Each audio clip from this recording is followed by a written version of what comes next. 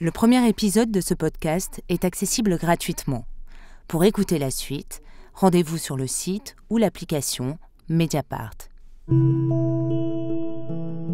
De l'enquête au procès, les grandes affaires de Mediapart, en podcast.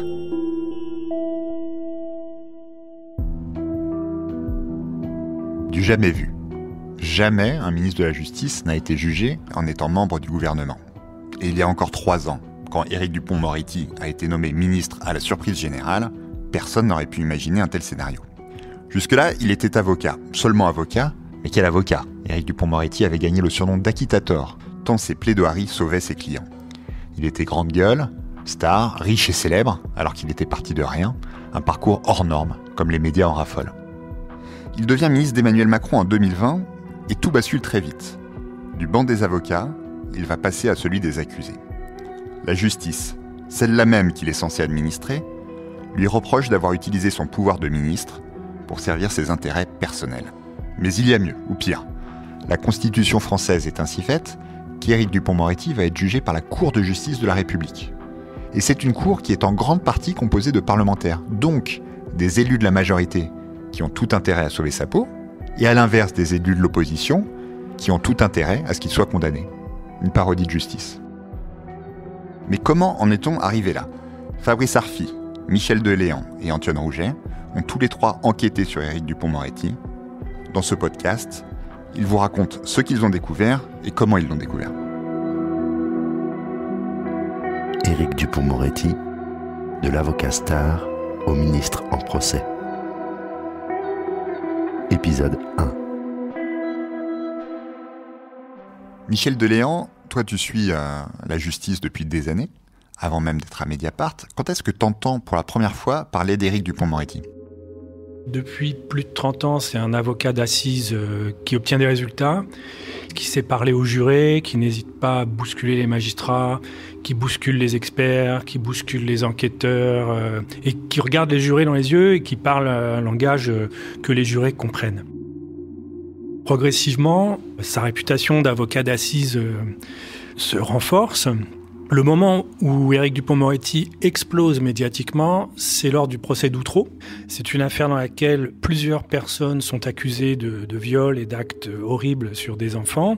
Et Éric Dupond-Moretti arrive à obtenir l'acquittement d'un innocent du procès d'Outreau et devient acquittator. Verdict en appel du procès d'Outreau, décembre 2005. Nous sommes acquittés. Il y a longtemps qu'on l'attendait. Plus de 4 ans à être dans l'attente. On a été défendu bec et ongle par les avocats de la défense. Et aujourd'hui, on prouve notre innocence aux yeux de tout le monde. Pour les avocats de la défense aussi, ce moment restera inoubliable.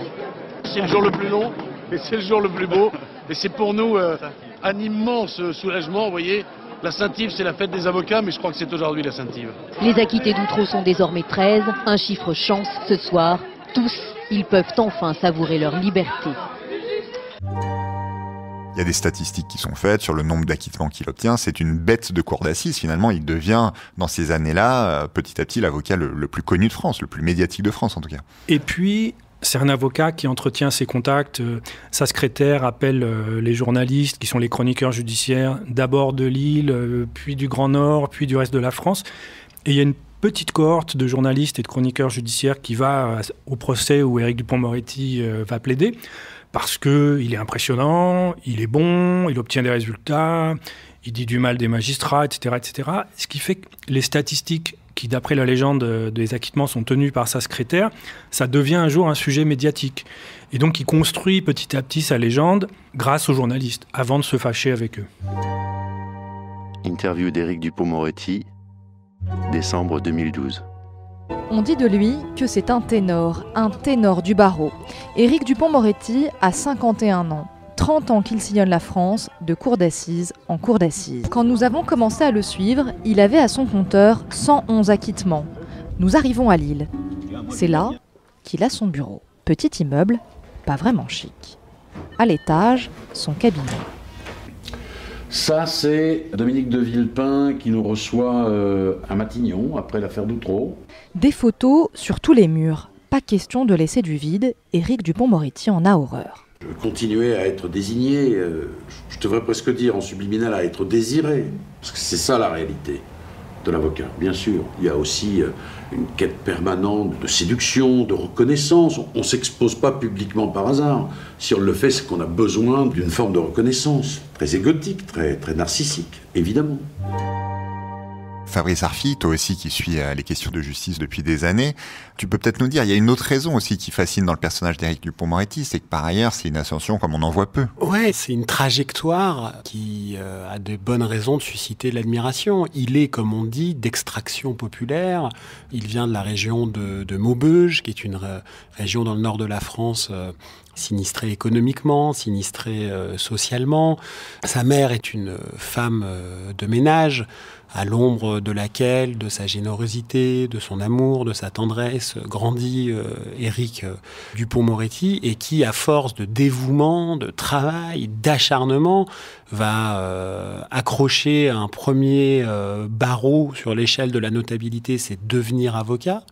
Ensuite, en devenant avocat, devenir l'avocat le plus célèbre de France, en défendant ce qu'il peut y avoir de plus beau dans le verbe et au sein d'un barreau, qui est de faire profiter le doute aux accusés, d'être l'avocat de la défense, de montrer que les vies cabossées sont des vies complexes, que la justice permette de ne pas être qu'un glaive impitoyable. Et il est l'homme qui humanise ceux qu'on regarde comme des monstres, parce qu'ils sont accusés d'avoir commis des crimes. Et donc ce parcours-là, en plus de son talent et de ce que Michel a raconté, façonne un personnage qui est fascinant. Émission consacrée à Éric Dupond-Moretti, décembre 2015. Deux mots d'abord, Monsieur le Président, messieurs de la Cour, mesdames et messieurs les jurés. Deux mots d'explication avant d'envisager la défense de cet homme que j'ai l'immense honneur d'assurer aujourd'hui devant vous. Bon, que vous n'aimiez pas les avocats médiatiques, on est quitte, je vous aime pas non plus. Et nous ne partirons pas en vacances ensemble au mois de juillet. Vous savez, nous avons le même âge. Moi, je pourrais le traiter avec la condescendance des bourgeois en disant « mais ce type, finalement, c'est qu'un délinquant, un sale mec ». Je peux aussi me dire, mais si j'avais vécu ce qu'il a vécu, qu'est-ce que je serais devenu? Est-ce que vous n'êtes pas, mesdames et messieurs, le fruit de votre histoire? Pas que cela, évidemment, mais aussi ça. Je vais vous faire une petite confidence. Il y a un des deux gendarmes qui m'a filé une photo de quand il avait 20 ans, avec des cheveux, hein. Vous avez eu des cheveux. Et on voit, il suffit de la voir, la photo, que c'est un gamin qui est malheureux.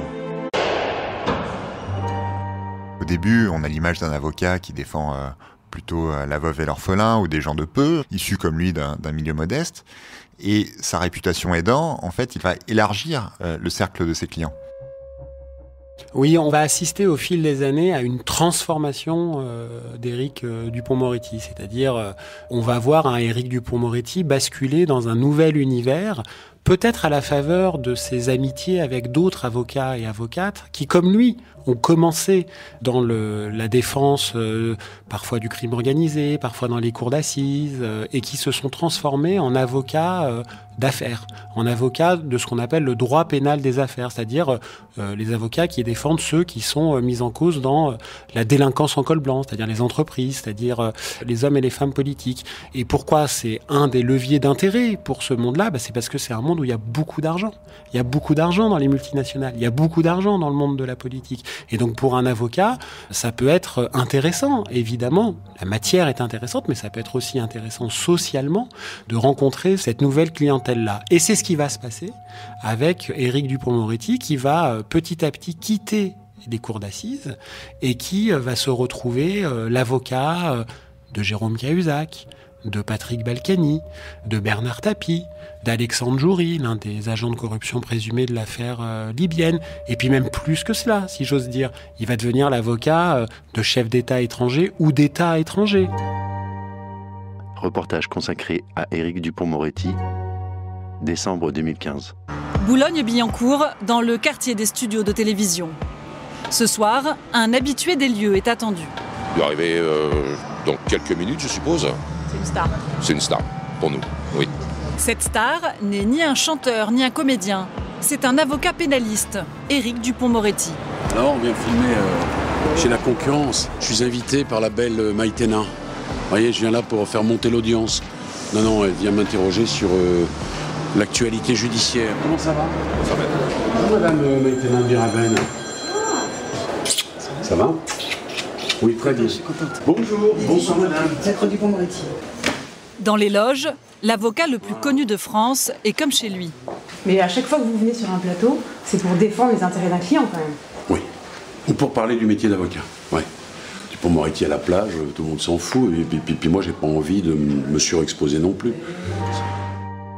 Et alors, il brille autant comme avocat de chef d'État ou de grand chef d'entreprise ou d'élu qu'il a brillé au début de sa carrière? Alors, je crois qu'on peut dire que non. Là, c'est un peu, de mon point de vue, un raté professionnel d'Éric Dupond-Moretti, puisque la virulence qui pouvait être la sienne dans les cours d'assises, voire même sa brutalité.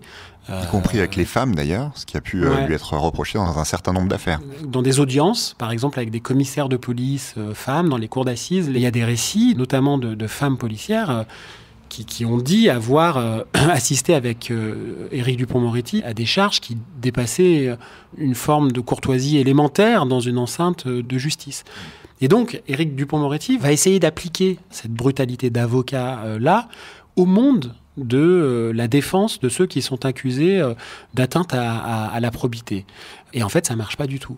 Parce que un tribunal correctionnel avec des juges spécialisés, financiers, économiques, c'est pas une cour d'assises avec des jurés populaires. La matière n'est pas la même. Bien sûr que le monde de la corruption et du trafic d'influence et les autres délits afférents sont traversés par les passions humaines, mais pas du tout de la même manière qu'une cour d'assises. Toi, Michel Deléant, tu l'as vu plaider dans ces procès, oui, Cahuzac, Balkany, etc. Ce que dit Fabrice est très juste, c'est qu'un tribunal correctionnel juge avant tout un dossier, en fait. Une cour d'assises composée de jurés qui jugent un homme ou une femme. Au tribunal correctionnel, quand on défend un Patrick Balkany ou un Jérôme Cahuzac, deux procès que j'ai suivis, les juges se fichent un petit peu, entre guillemets, des effets de manche et puis des coups de gueule d'Éric Dupond-Moretti. Ils ont un dossier sous les yeux qui, en général, a déjà été validé par la Chambre de l'instruction, etc., qui est un dossier, la plupart du temps, très solide, qui mérite quelques éclairages à l'audience, mais il juge avant tout sur le dossier. Donc il n'a pas eu de résultats vraiment probants, ni en ce qui concerne Balkany, ni Cahuzac. Et donc parmi sa nouvelle clientèle, on compte, comme tu l'as dit à Fabrice Arfi, des chefs d'État africains notamment. Oui, ça marche comme ça dans tout milieu professionnel. Les confrères peuvent aider les amis. Et c'est ce qui se passe avec Éric Dupond-Moretti. Il a d'abord un très bon ami, on peut peut-être même dire l'un de ses meilleurs amis, qui est un avocat dont on va parler dans un autre épisode, Thierry Herzog, qui lui ouvre un certain nombre de portes dans ce monde de la haute notabilité économique et politique. Et puis, il y en a un autre qu'il va rencontrer au début des années 2010, qui est Robert Bourgi. Il est avocat de profession. C'est un personnage qui traîne derrière lui médiatiquement une certaine idée de soufre, parce que ça a été l'un des Monsieur France-Afrique de la présidence de la République, à la fois sous Jacques Chirac, mais aussi sous Nicolas Sarkozy, comme une forme d'héritier du grand Monsieur France-Afrique du général de Gaulle, qui était Jacques Foccart. Robert Bourgi est un homme qui, en 2011, a fait des révélations sur des versements de cash entre des dirigeants africains et des hommes politiques français. Et ça lui a valu les remontrances du barreau de Paris de faire de telles révélations qui, d'après l'ordre des avocats, ne relevaient pas des devoirs de délicatesse et de discrétion de la profession. Et alors, il a pris un avocat pour se défendre devant le barreau, et cet avocat, c'est Éric Dupond-Moretti, qui lui a été présenté par Thierry Herzog et un autre avocat parisien. À partir de ce moment-là, va se nouer une immense amitié entre Robert Bourgi et Éric Dupond-Moretti, à tel point que Robert Bourgi va l'introduire auprès de ce qu'il connaît le mieux, c'est-à-dire le continent africain. Et grâce à Robert Bourgi, Éric Dupond-Moretti va devenir l'avocat d'Ali Bongo, le président du Gabon.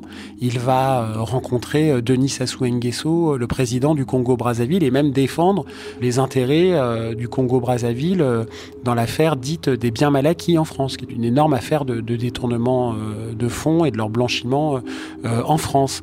On sait aussi que Éric Dupond-Moretti est devenu l'avocat du roi du Maroc dans un certain nombre de dossiers, au point qu'il allait faire la chasse aux faucons avec le roi du Maroc. Et à ce moment-là, on voit un Éric Dupond-Moretti devenir un personnage très important où il n'est plus qu'un avocat.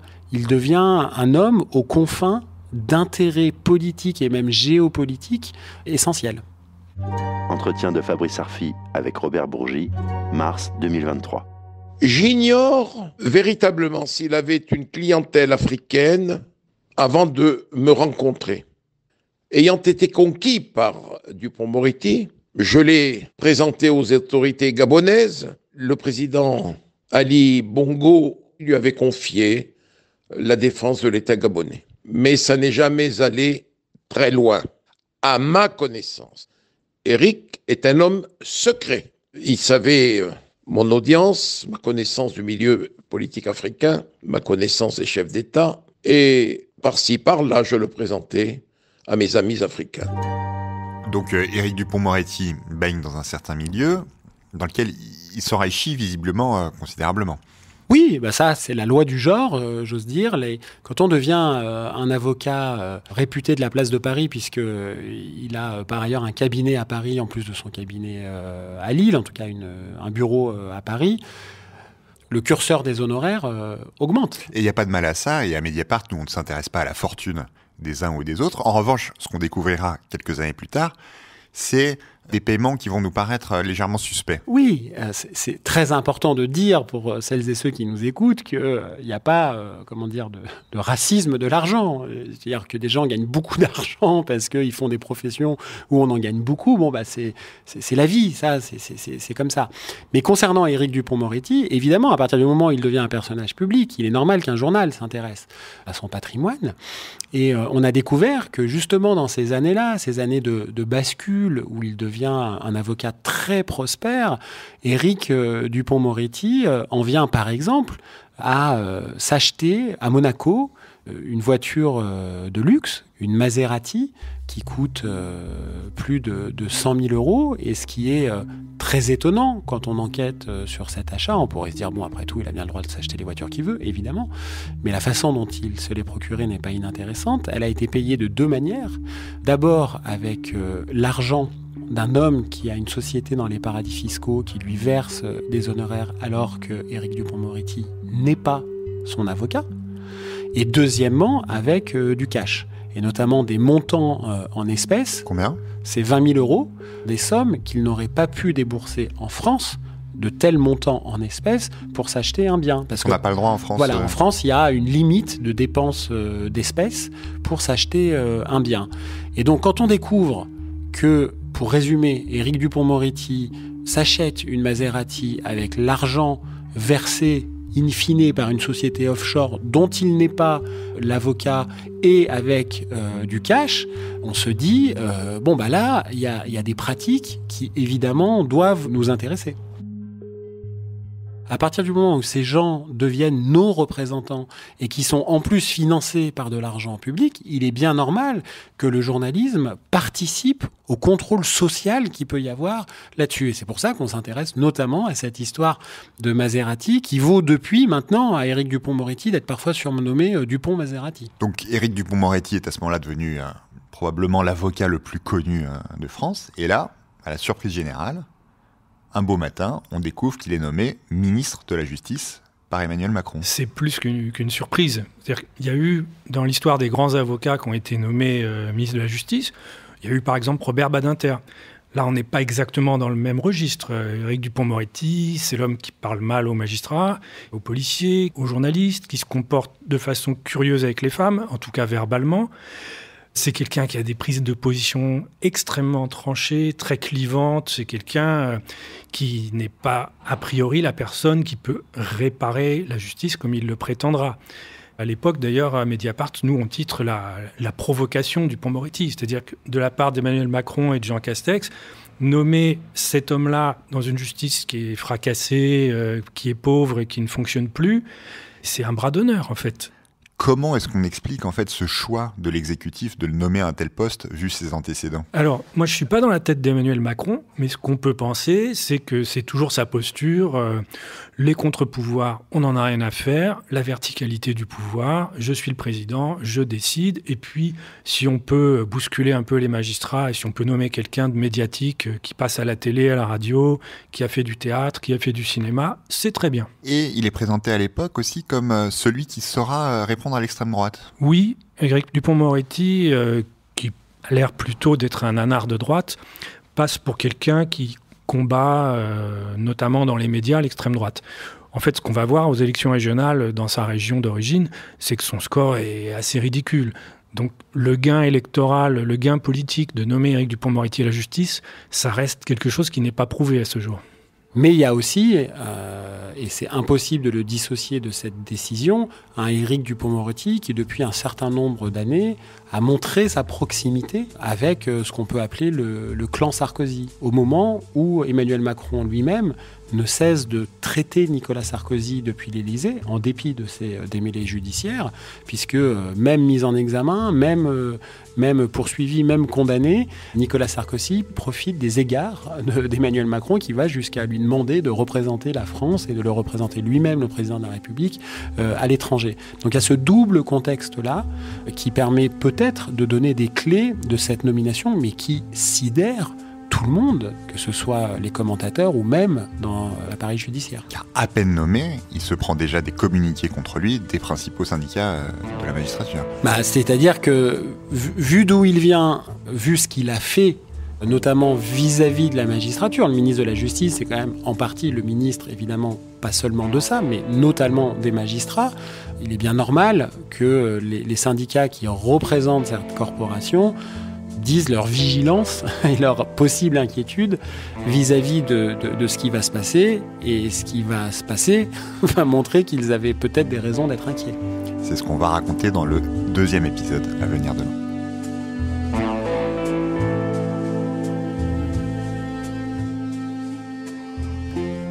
Pour écouter les prochains épisodes, rendez-vous sur le site ou l'application Mediapart.